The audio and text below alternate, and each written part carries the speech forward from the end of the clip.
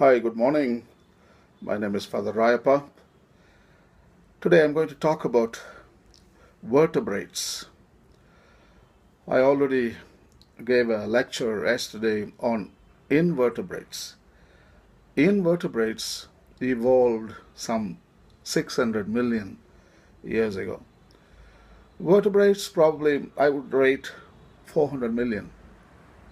What is the difference between invertebrates and vertebrates? Invertebrates, they lack backbone, skeleton.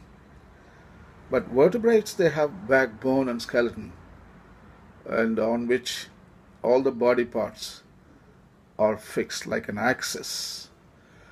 So it took millions of years for evolution to change or to transform from invertebrates to vertebrates.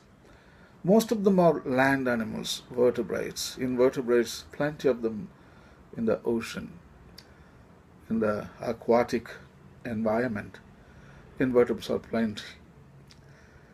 And vertebrates are divided into almost seven categories. Seven categories. Most of them are extinct, but their prodigies, we can see them on land even today.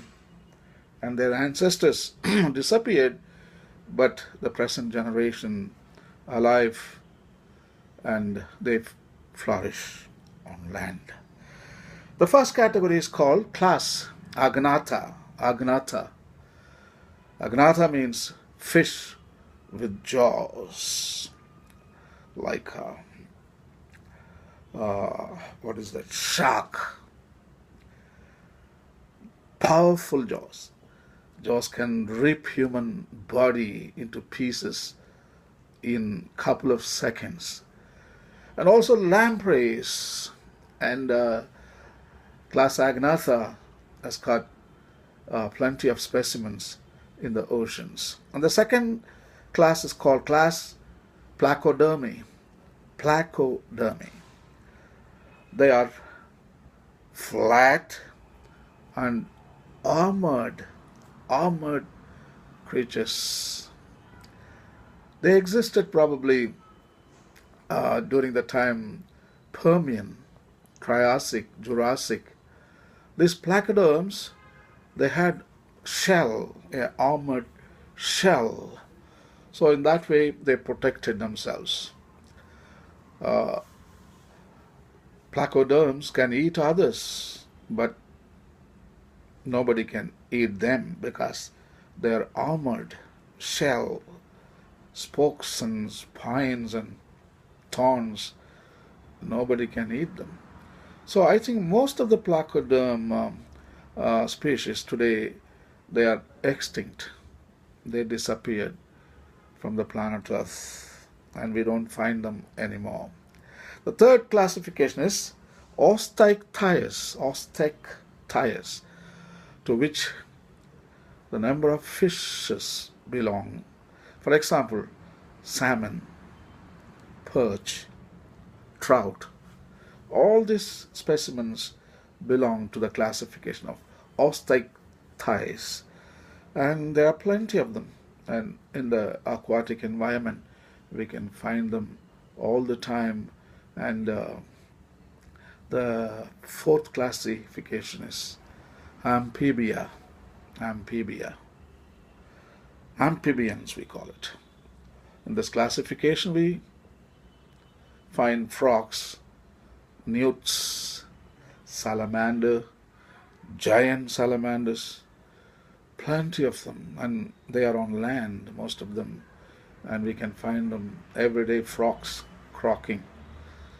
They belong to a classification called amphibians.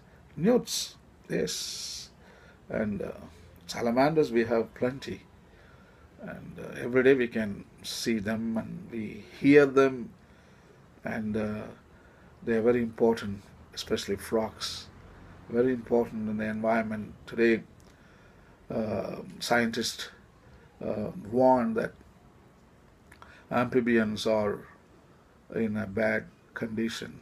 and they are disappearing. Especially frogs, they are declining. Our physical health is directly connected to frogs. Frogs keep environment clean, and actually it is like a canary in the coal mine.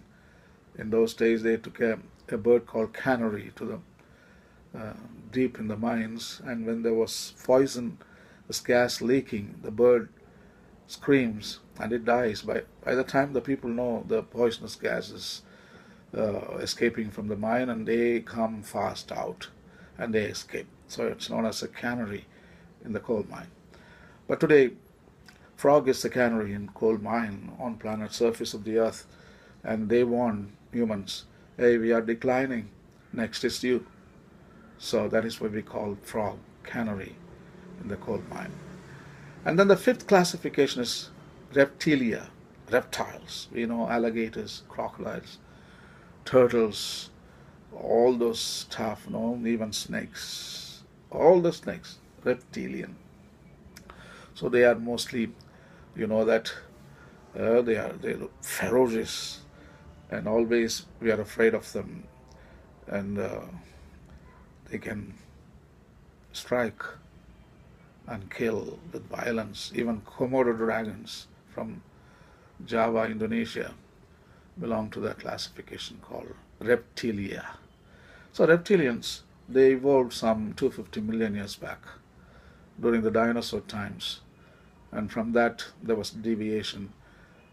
Already I talked about diapsids, anapsids, diapsids, synapsids. So these are the classification, subclassification in the reptilian classification. And then comes class Aves, birds, avian creatures. They are warm-blooded. They developed a different biology. Evolution enabled them to become warm-blooded, and they had wings. Most of them have 2 legs, and their skeleton is hollow. If you cut any bird and see, their skeleton is hollow, empty, filled with air. So that enables them to have a comfortable flight, easy flight.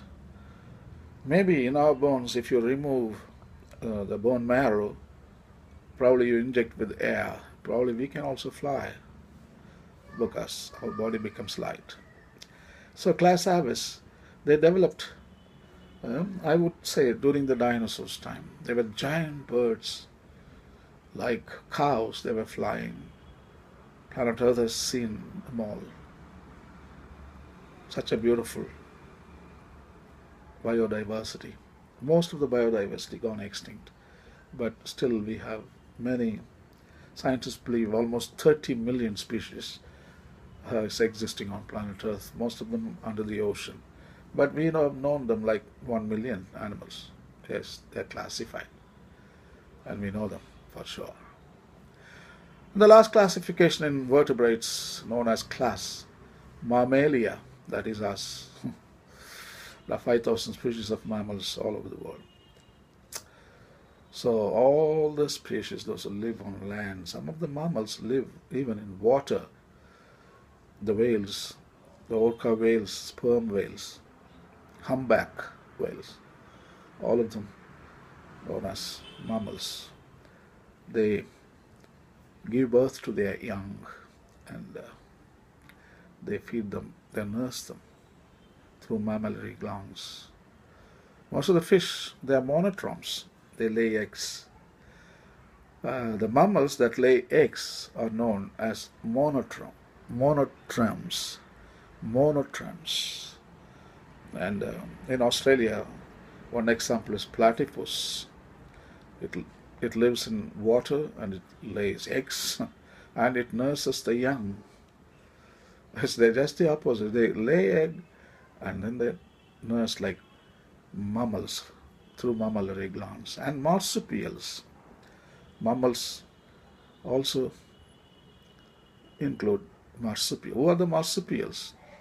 Kangaroos, koala bears, They raise their young in a pouch outside, not inside. They are mostly live in Australia, Australian continent.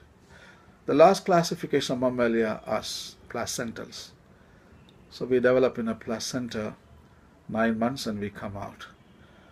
Our gestation period may be like 25 months, but because evolution didn't catch up with woman's pelvis, it didn't enlarge it, so we are condemned.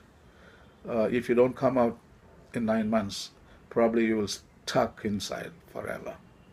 So evolution brings the baby out in 9 months and baby grows another 1 year outside. So otherwise we should have been inside, intact, 25 months. Our closest relative, I can give a good example of an elephant. So elephant gestation period is somewhere, I think 20 months, more or less. So elephant baby is fully grown when he comes out and he can walk.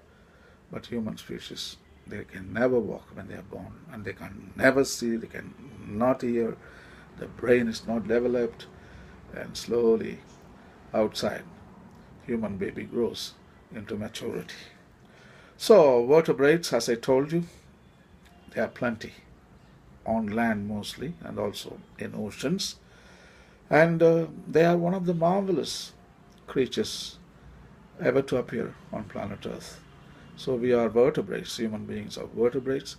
So just to recap, there are, as I told you, 7 classifications. The first is agnatha, fish with jaws. The second is placoderms, and which are the armored shells, but they're all extinct. The third one is class osteichthyes, that is salmon, pouch, perch and trout, and comes class amphibians, frogs for example.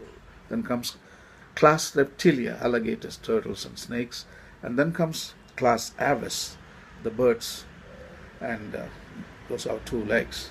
And the last one is class Mammalia, which include monotremes, marsupials and placentals. Have a pleasant morning and pleasant day. Bye.